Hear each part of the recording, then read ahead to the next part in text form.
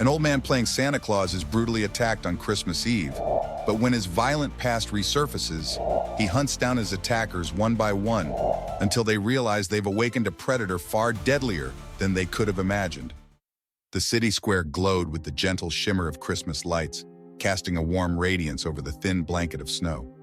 Laughter of children echoed, their faces lit with excitement as they ran around the towering Christmas tree. Amidst this joyous scene, Elias Rocha sat on a wooden bench, his crimson suit slightly crumpled, the faux beard hanging limply from his chin. He had been playing Santa Claus all day, a role he took more out of necessity than holiday spirit. Elias was a man of contrasts. To the children, he was a kind, albeit tired Santa who handed out candy canes and listened to their wishes. But within, he carried a loneliness that no carol or string of lights could erase. His eyes often wandered, not to the glowing decorations or happy families, but to the distant horizon where memories of a different life loomed. As the clock struck 9, the crowd thinned. Parents herded their reluctant children away, and the bustling square grew quieter. Elias took a deep breath and leaned back against the bench, staring at the snow-covered cobblestones. His back ached, his hands trembled slightly, not from the cold, but from the weight of years lived hard and fast. He pulled out a thermos, pouring the remnants of lukewarm coffee into the plastic cup lid. The bittersweet aroma brought a fleeting comfort. Yet, as he sipped, the tranquility of the moment was disrupted. From the corner of his eye, he noticed a group of young men approaching. Tito led the pack, a wiry teenager with a cocky smirk that barely masked the menace in his eyes. Behind him, Marcos and Renan followed, their laughter sharp and mocking, a jarring contrast to the soft hum of Christmas music still playing from a distant speaker. "Look who it is," Tito sneered, his voice cutting through the cold air.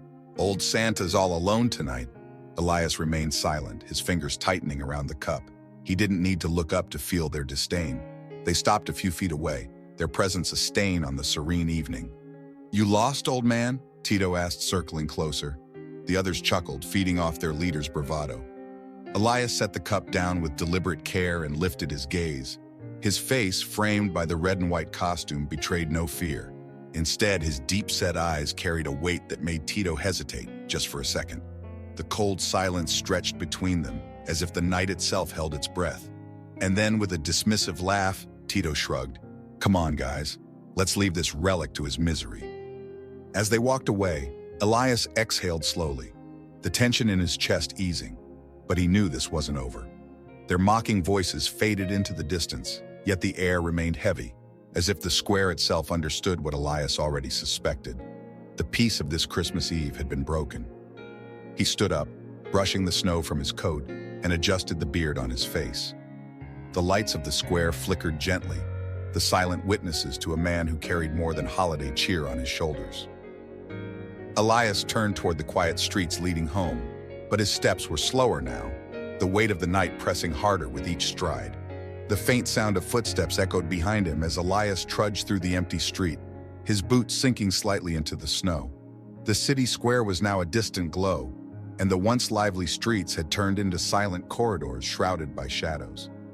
The night felt colder, the festive warmth replaced by an eerie stillness that prickled at his senses. Elias stopped. He turned slightly, his sharp gaze flickering across the street behind him. Empty. Nothing but the falling snow and the glow of streetlights. Still, something was wrong. He could feel it, a tingling at the back of his neck, the sense that someone or something was closing in. Before he could take another step, a harsh voice shattered the silence. Well, look who didn't go home yet." Elias turned fully this time, his eyes narrowing as Tito emerged from the darkness, flanked by Marcos and Renan. The three young men stood like wolves, forming a loose semicircle around him. Their faces bore the same sneers from earlier, but now there was something sharper, an edge of cruelty. "Santa's got nowhere to be, huh?" Tito mocked, his words laced with venom. He took a step closer, his boots crunching the snow. "Or maybe he's just waiting for someone to put him out of his misery." Elias said nothing. His shoulders remained squared, his expression blank, though his fingers twitched slightly at his sides. Marcos chuckled, a harsh grating sound. "What's the matter, old man? Cat got your tongue?" Renan leaned closer, grinning. "I bet Santa's got a fat wallet tonight, huh?" Tito's eyes glinted, and in an instant he lunged forward, ripping the faded canvas bag Elias carried from his shoulder. Candy wrappers, a crumpled thermos, and a few coins spilled onto the snow. The bag hit the ground, its contents scattered like shards of Elias's dignity. "Look at this crap," Tito scoffed, kicking the thermos across the street. It clattered loudly, coming to a rest against the curb. "You're pathetic, old man." "Leave it," Elias muttered, his voice low and gravelly. Tito froze mid-step. "What did you say?" "Leave it alone," Elias repeated, his gaze meeting Tito's with an intensity that silenced the others. For a brief moment, the gang leader hesitated, as if struck by an unseen force. Then, as if to shake off the strange feeling, Tito barked a laugh. "You don't get to tell me what to do!" The next moments unfolded in brutal clarity. Marcos grabbed Elias by the arm, shoving him hard against the brick wall of a nearby building. The old man grunted, pain flaring through his back, but he didn't cry out.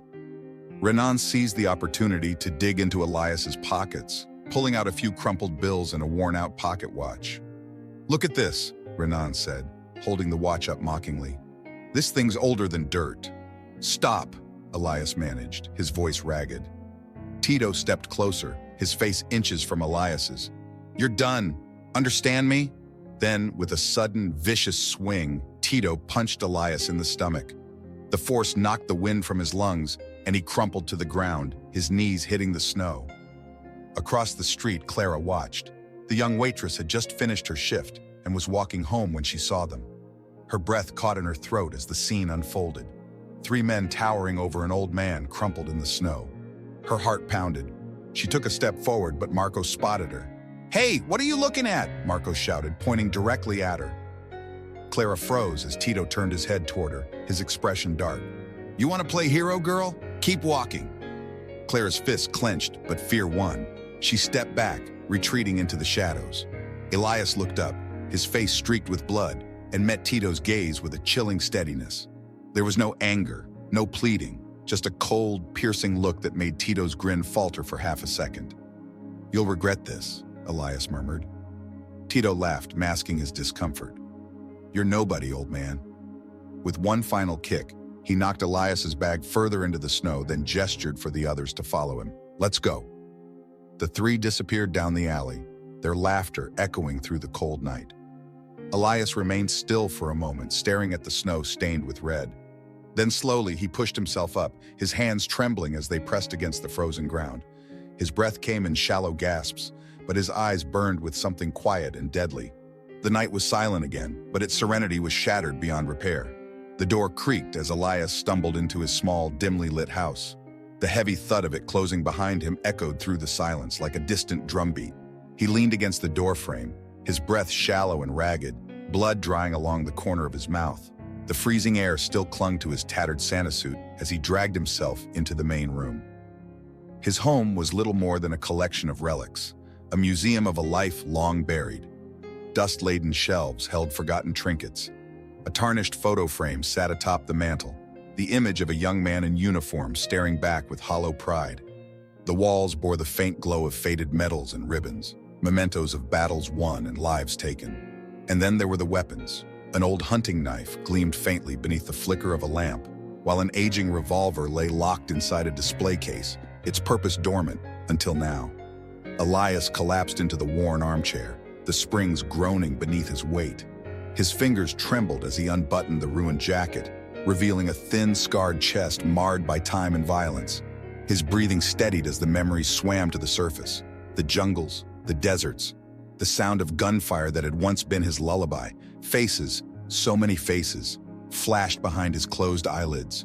Friends, enemies, men he'd known for seconds before they were gone forever. In that life, he'd been swift and merciless, an efficient tool of war, a mercenary with no allegiance but survival. Never again, he whispered to no one but himself.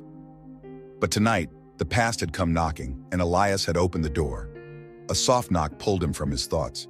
He tensed, instinct kicking in. Elias rose, steadying himself as he limped toward the window. A faint silhouette stood on the porch, small, timid. He frowned and opened the door just enough to see her, Clara. She was shivering in her thin coat, her breath misting in the cold night air. Her eyes darted nervously as she clutched a small paper bag to her chest. "Mr. Rocha," she said softly, I saw what happened. I brought you this." She extended the bag toward him, her hands trembling as much from fear as the cold. "It's soup. I thought you might need something warm." Elias stared at her, his face unreadable. He looked down at the bag, then back at Clara. For a moment, the old soldier's instincts screamed at him to shut the door, to send her away.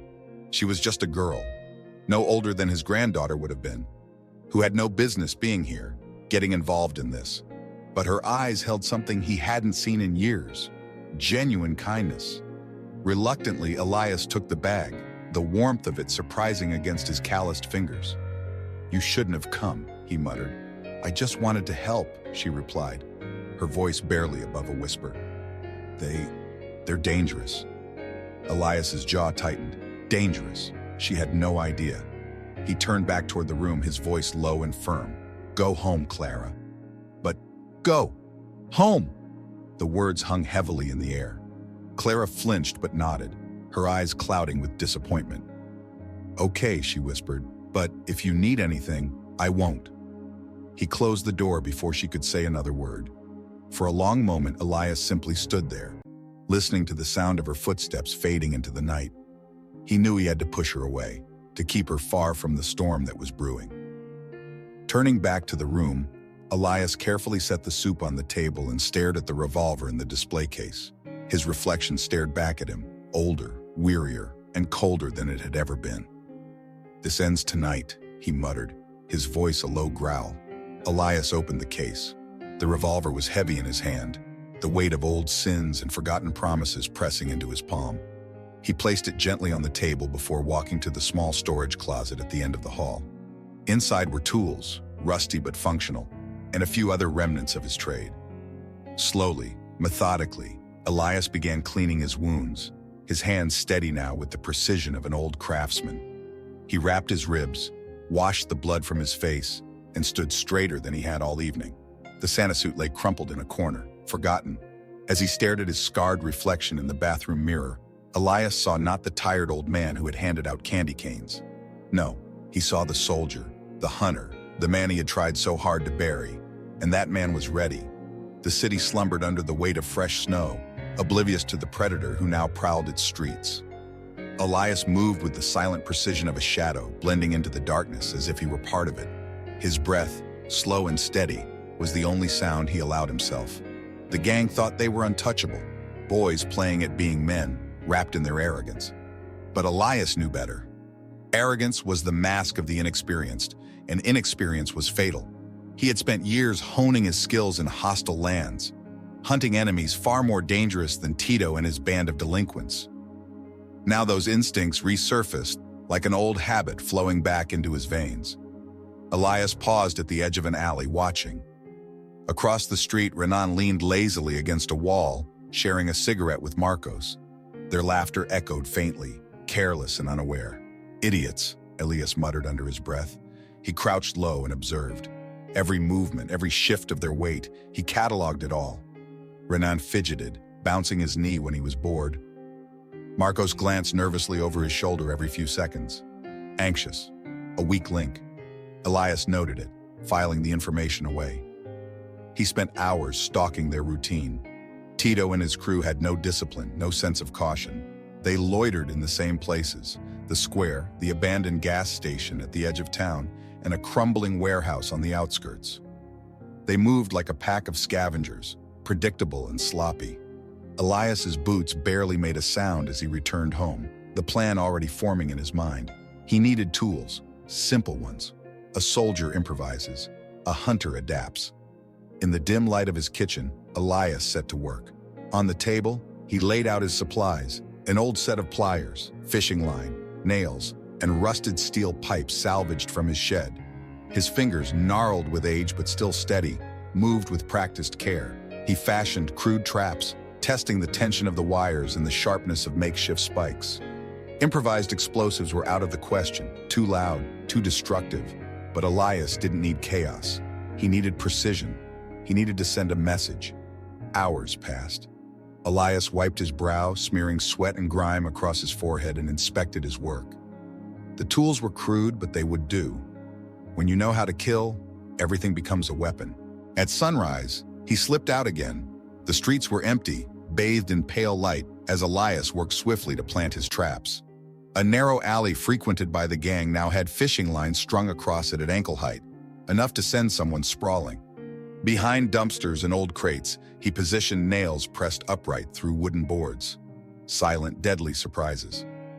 By the time the city awoke, Elias was invisible once again. He watched from a distance as Tito and the others moved through their day, unaware of the eyes studying their every step. That night, Elias returned to his perch in the shadows. The gas station was alive with the faint glow of flickering neon lights as the gang gathered there. Tito laughed loudly, his voice carrying across the empty street. He was cocky, too cocky.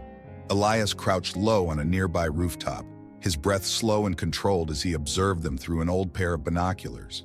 He memorized their positions, how they spread out, how they moved. Marcos lit a cigarette, his hand shaking slightly. Renan laughed, slapping him on the back, but there was no joy in it, only nervous energy. The gang was restless, their bravado masking growing unease. They felt something, even if they couldn't name it. Good, Elias thought. Fear would come soon enough. He returned home late, his body aching but his resolve firm. He cleaned the revolver, oiling the joints until the hammer clicked smoothly. Then he sat in the dark, the weapon resting on the table before him, and let the silence settle. The house felt heavier now, not with sorrow or regret, but with purpose. For years, Elias had hidden from the world, content to let it pass him by. But now the world had come knocking on his door, and it would pay the price for that mistake. As he stared at the worn revolver, his mind drifted back to a time when this kind of preparation was second nature, when he could dismantle a man's life before he ever fired a shot. A faint smirk tugged at the corner of his mouth. Tito and his gang thought they'd broken him. They had no idea what they'd unleashed. The night was still, a velvet curtain shrouding the city in cold silence. The streets were empty, save for the distant hum of cars and the whisper of wind sweeping along the snow-covered pavement. Elias moved through the dark like a phantom, every step calculated, every breath measured. Tonight, he would begin. Renan was first. Elias had studied the boy, his habits and his routine, if it could even be called that. Renan was the weakest link, careless, often wandering off alone, convinced he was untouchable. Tonight, his arrogance would be his undoing. The gang had gathered again near the gas station, their usual haunt. Elias waited, hidden in the shadows across the street, his back pressed against a crumbling wall. He watched them for hours, waiting for the moment. Renan finally separated from the group, stepping around the corner to relieve himself, muttering curses about the cold. Elias moved. Snow muffled the sound of his footsteps as he crossed the alley like a whisper, his breath fogging faintly in the night air. Renan stood with his back turned, oblivious to the presence closing in behind him. Elias struck with brutal efficiency. One hand clamped over Renan's mouth, stifling the boy's startled yelp, while the other gripped a length of fishing line tightened into a garrote. Renan's eyes bulged as Elias yanked him back into the darkness, dragging him deeper into the alley. "Shh," Elias whispered, his voice low and cold. "Quiet now." Renan thrashed, his hands clawing uselessly at Elias's iron grip. But the old man was unrelenting. Seconds stretched like eternity until finally, Renan's struggle slowed. Elias loosened the garrote just enough to let the boy breathe, his voice a harsh rasp in the silence. "Listen to me." Elias's voice was a low growl, inches from Renan's ear. "I could have killed you. You understand that?" Renan's chest heaved as he gasped for air, his wide eyes darting frantically in the dark. He nodded, terror pinning him in place. "Good." Elias released him, shoving Renan hard against the brick wall. The boy crumpled to the ground, shaking uncontrollably. "Tell Tito, I'm coming, and I don't miss." Elias turned and disappeared into the shadows before Renan could even think to call for help. Tito sat slouched on the hood of an old sedan, a cigarette dangling from his lips as he laughed with Marcos. The gas station lights buzzed weakly overhead, casting a sickly glow over the cracked pavement. The sound of hurried footsteps broke their laughter. "Renan," Marcos called, squinting toward the alley. "That you, man?" Renan stumbled into view, his face pale, his hands shaking. He looked like he'd seen a ghost. "Tito." Renan's voice cracked as he spoke. He's here. He's coming for us." "What the hell are you talking about?" Tito frowned, pushing himself upright. Renan grabbed his arm, his eyes wide with panic. "The old man, Santa Claus, he said he's coming for us." Tito stared at him, then laughed, a sharp, mocking bark. "You're out of your mind, kid. The old man?" He shook his head. "You let some broken geezer spook you?" Renan's mouth opened, but no words came. The terror in his expression was real, and for the first time, Tito's smile faltered. He glanced at Marcos, whose own smirk had begun to fade. "What did he do?" Tito pressed, his voice lower now. Renan swallowed hard, his voice a whisper. "He could have killed me, Tito. He was right there. He said he doesn't miss." For a moment, silence hung heavy in the air. Marcos shifted uneasily, looking over his shoulder at the darkness that surrounded them. The empty streets seemed to close in, every shadow suddenly alive, every sound suddenly suspect. Tito snorted, though the bravado in his voice sounded forced. "He's just an old man. I don't care what he said." Renan didn't answer. He simply sat on the curb, clutching his knees, his eyes darting nervously toward the alley. Elias watched from a distance, hidden atop the rooftop of a nearby building.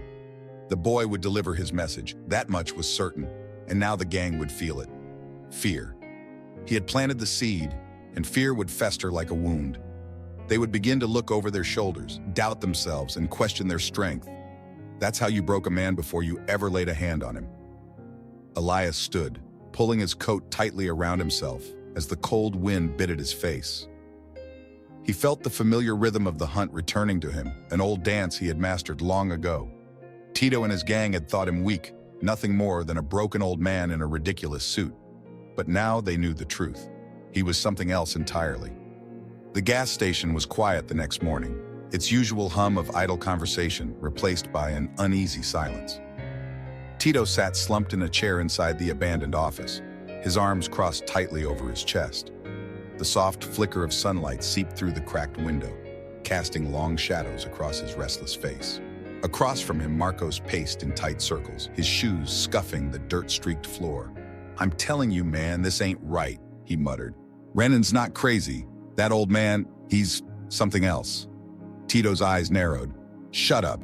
"But I said shut up!" Tito exploded, rising so fast that the chair skidded backward. "Renan let some washed-up geezer scare him, and now you're doing the same? What are you, a kid?" Marcos froze mid-step, his mouth open, words caught in his throat. Tito exhaled sharply, running a hand through his disheveled hair. He hadn't slept, not really. Every creak of the wind, every distant noise had jolted him awake. Even now he could feel that old man's gaze on him, like eyes hiding in the darkness. "Renan hasn't shown up," Marcos said, his voice quieter now. "You think he ran?" Tito didn't answer. He looked out the window, his jaw tight. Maybe Renan had run, but something gnawed at the back of Tito's mind, a whisper he couldn't silence. What if the old man really is coming? By nightfall, Renan still hadn't returned, and the paranoia settled in. Marcos and Tito walked in silence through the streets, their breath fogging in the cold air. The city seemed emptier than usual, the darkness thicker. Every alley, every shadow felt alive, as though it were watching them. Marcos broke the silence. "Maybe we shouldn't have messed with him." Tito stopped walking. "You afraid of him now?" Marcos didn't answer, just shoved his hands deeper into his pockets. "Look," Tito said, his tone softer but no less sharp. "We're fine, you understand? That old man's nothing. You're making him out to be some kind of ghost, but he's not. He's flesh and blood, just like us." "Then where's Renan?" Tito didn't answer. Instead, he glanced toward the glowing lights of a small diner across the street. The faint hum of life inside, clinking dishes, muffled voices, felt jarring compared to the tension in the cold air. He spotted Clara inside. The girl sat by the window, her head bowed as she wiped down tables. Tito's lip curled into a smirk. "She knows something." "What?" Marcos frowned. "That girl, the one who was there that night." Tito's eyes darkened. "She saw the old man. Maybe she's been talking to him." Marcos hesitated. "Leave her out of this, man. She doesn't know anything." Tito turned on him, his voice low and dangerous. "You scared of her too now?" Marcos looked away. "That's what I thought," Tito muttered. He looked back at the diner, his expression sharp with intent. "We'll use her. If the old man wants to play games, we'll play too, but on our terms. The next evening, Clara locked up the diner, pulling her coat tight around her shoulders as the cold seeped in. The streets were deserted, the snow crunching under her feet as she walked quickly, her head down. "Hey there, sweetheart." The voice froze her in place.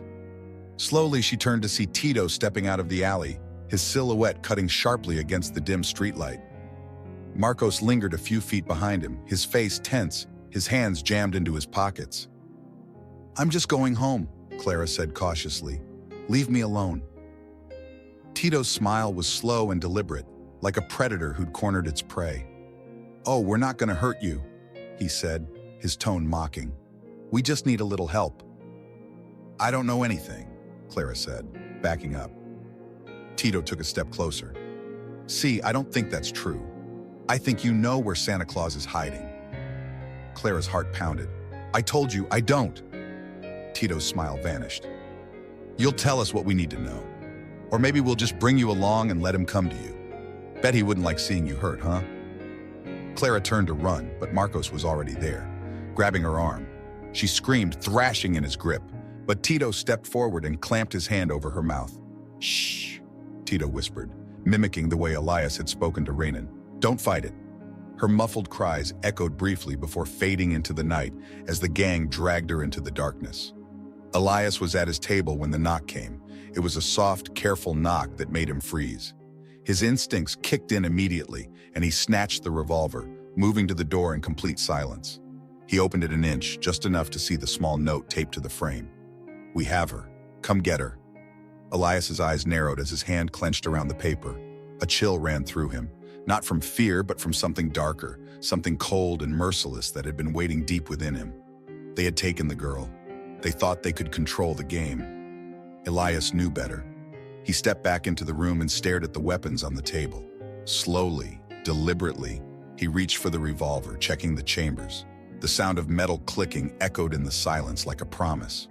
"This ends tonight," he whispered. The Armazem stood on the edge of the city like a forgotten relic, its corrugated metal walls rusted and riddled with holes. The cold wind howled through its cracks, a mournful sound that masked the occasional murmur of voices inside. From a distance, the place looked abandoned, but Elias knew better. He crouched behind an old loading dock, peering through a pair of cracked binoculars. The windows of the warehouse glowed faintly, shadows moving inside like wraiths. Tito's arrogance had given him away. He thought this place was his fortress, his trap. Elias's lips curled faintly. "You don't trap a hunter," he muttered. He studied the scene. Tito and Marcos were inside, pacing nervously. Clara sat in a rusted chair in the center of the room, her hands tied in front of her. Even from a distance, Elias could see the defiance in her posture.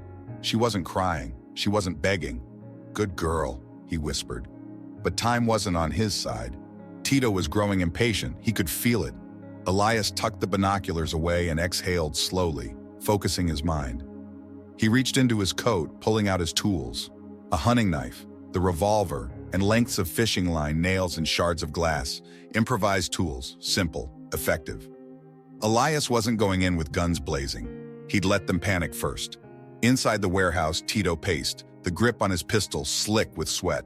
"He'll come," he muttered to himself. "He'll come for her." Marcos leaned against the wall, watching Clara. "What if he doesn't?" he asked.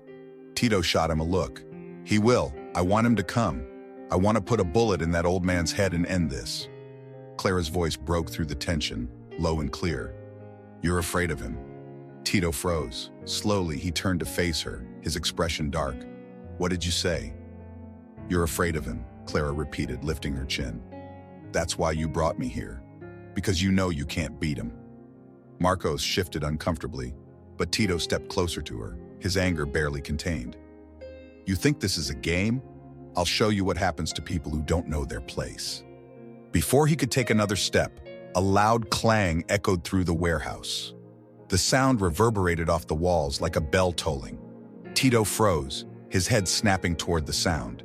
Marcos straightened, his face pale. "What was that?" Another sound, a sharp scrape like metal being dragged across the floor, cut through the silence. The faint rattle of glass followed. Clara's eyes widened. "He's here." Tito raised his pistol, his eyes darting across the dark corners of the warehouse. "Find him," he barked. Marcos swallowed hard and nodded, moving deeper into the shadows with his flashlight trembling in his hand. Elias watched from above, perched silently on an old steel beam. The warehouse was his now. Every corner, every shadow, a weapon waiting to strike. The first trap had already been set. Marcos wandered closer to a darkened alcove, his flashlight shaking. The beam swept across a length of fishing lines strung low across the path. Too late. His foot snagged, and with a loud snap, the line pulled a rusted chain free from its anchor. A series of metal crates tumbled from above, crashing to the floor beside him. Marcos screamed, stumbling backward, his flashlight spinning wildly across the room. "Marcos!" Tito shouted. I don't see him," Marcos stammered, scrambling to his feet. Tito cursed under his breath. He spun toward Clara, rage simmering in his voice. "Where is he?" A voice echoed through the warehouse, calm and cold as death itself. "Right here." Tito turned sharply, his pistol sweeping the room. A single shot rang out, shattering the silence and striking nothing but empty air. Shadows moved, and suddenly, the sound of footsteps, quick, deliberate, echoed off the walls. Elias was everywhere. Tito's breathing grew ragged as the tension tightened around him. "You're nothing," he shouted into the dark. "You hear me? You're just a—" Another sound interrupted him, the faint scrape of glass beneath his foot. Tito froze. Boom. A small glass shard had been rigged to a fire extinguisher's pressure release. The moment Tito stepped on it, the extinguisher erupted in a plume of white fog, filling the room with a blinding mist. Tito coughed, waving the fog from his face. "Marcos, where are you?" From the mist came a dull thud and a soft groan.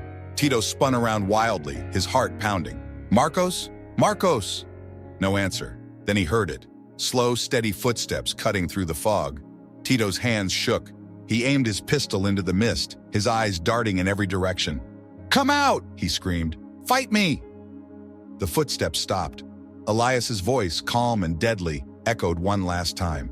"You're not ready for this fight!" Tito turned just as a shadow emerged from the mist. The last thing he saw was the butt of Elias's revolver swinging toward his face. Crack. Tito crumpled to the ground, unconscious. The fog began to settle as Elias stood over him, breathing evenly. He turned to Clara, still tied to the chair.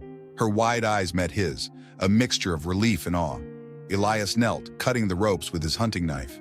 "Are you hurt?" he asked gruffly. Clara shook her head. "No, you came." Elias didn't answer. He stood, staring down at Tito's unconscious form. The boy would live, but he would learn. "Let's go," Elias said. "It's over." Clara followed him out into the cold night, the warehouse fading behind them into darkness. Tito awoke with a start, his head pounding and his face slick with blood. The warehouse was silent now, save for the faint creak of metal overhead. He groaned, pushing himself upright, and froze when he saw him. Elias stood across the room, his revolver held loosely at his side. The old man's silhouette was sharp against the pale light leaking through the cracks, his face carved from stone. "You think you're tough?" Tito spat, staggering to his feet. He pulled a knife from his belt, desperation in his eyes. "You're just a relic!" Elias said nothing. His calm stare was more dangerous than any words. Tito lunged, the knife gleaming. Elias sidestepped with practiced ease, grabbing Tito's wrist and twisting. The knife clattered to the floor. Tito roared in anger, swinging wildly, but Elias was quicker, his movements precise and brutal. A punch to the ribs, an elbow to the jaw. Tito fell to his knees, gasping for air. Elias pointed the revolver at him, the cold barrel inches from Tito's forehead. Silence hung heavy. "You had a choice," Elias said quietly. "You made the wrong one." But he didn't pull the trigger. Instead, he walked away, leaving Tito broken and defeated in the dark. The news spread quickly through the small town. Tito's gang was finished. Word of their downfall traveled like wildfire. Whispers of an old man, a shadow in the night, who brought justice where none dared to tread. No one knew the full truth, but the fear that had gripped the streets was gone. Elias sat on his porch, the soft morning sun warming his worn face. His battered hands cradled a mug of coffee, steam curling into the crisp air. The weight on his shoulders had lessened, though not disappeared. Some ghosts he knew would never leave. The sound of footsteps drew his attention. Clara appeared at the edge of his yard, a soft smile on her lips. She carried a small paper bag, her breath misting as she approached. "I brought breakfast," she said gently. Elias looked at her for a long moment before nodding. "You didn't have to." "I wanted to," she replied, sitting beside him on the steps. For a moment, they watched the world in silence, the snow melting, the town coming back to life. "Thank you," Clara whispered finally. Elias's gaze lingered on her, his voice soft but firm. "Stay safe, kid." For the first time in years, he allowed himself a small smile. The city square had returned to life. Children laughed and played beneath the towering Christmas tree, their mittens flailing as snowflakes drifted lazily from the sky. Strings of lights twinkled like scattered stars, and the hum of carols floated through the crisp winter air. Elias stood at a distance, unseen among the crowd.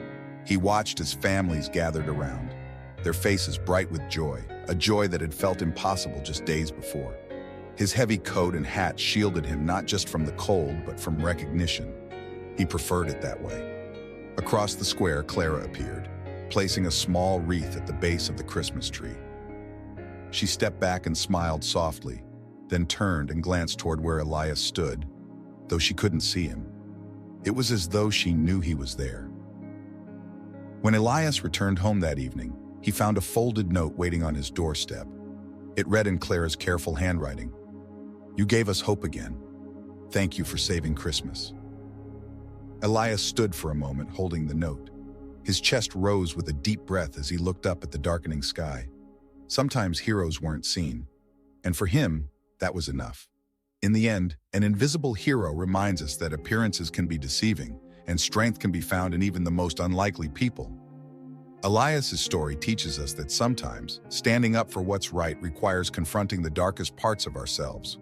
But it also leaves us with a question. If you were in his place, faced with injustice and a troubled past, would you have chosen the same path? Would you fight back or simply let the darkness win? Click the video on your screen now to continue your journey of self-discovery and explore more stories that challenge your perspective. Don't forget to hit that subscribe button to join our community and never miss a story that might just change the way you see the world. Thanks for watching, and I'll see you in the next one.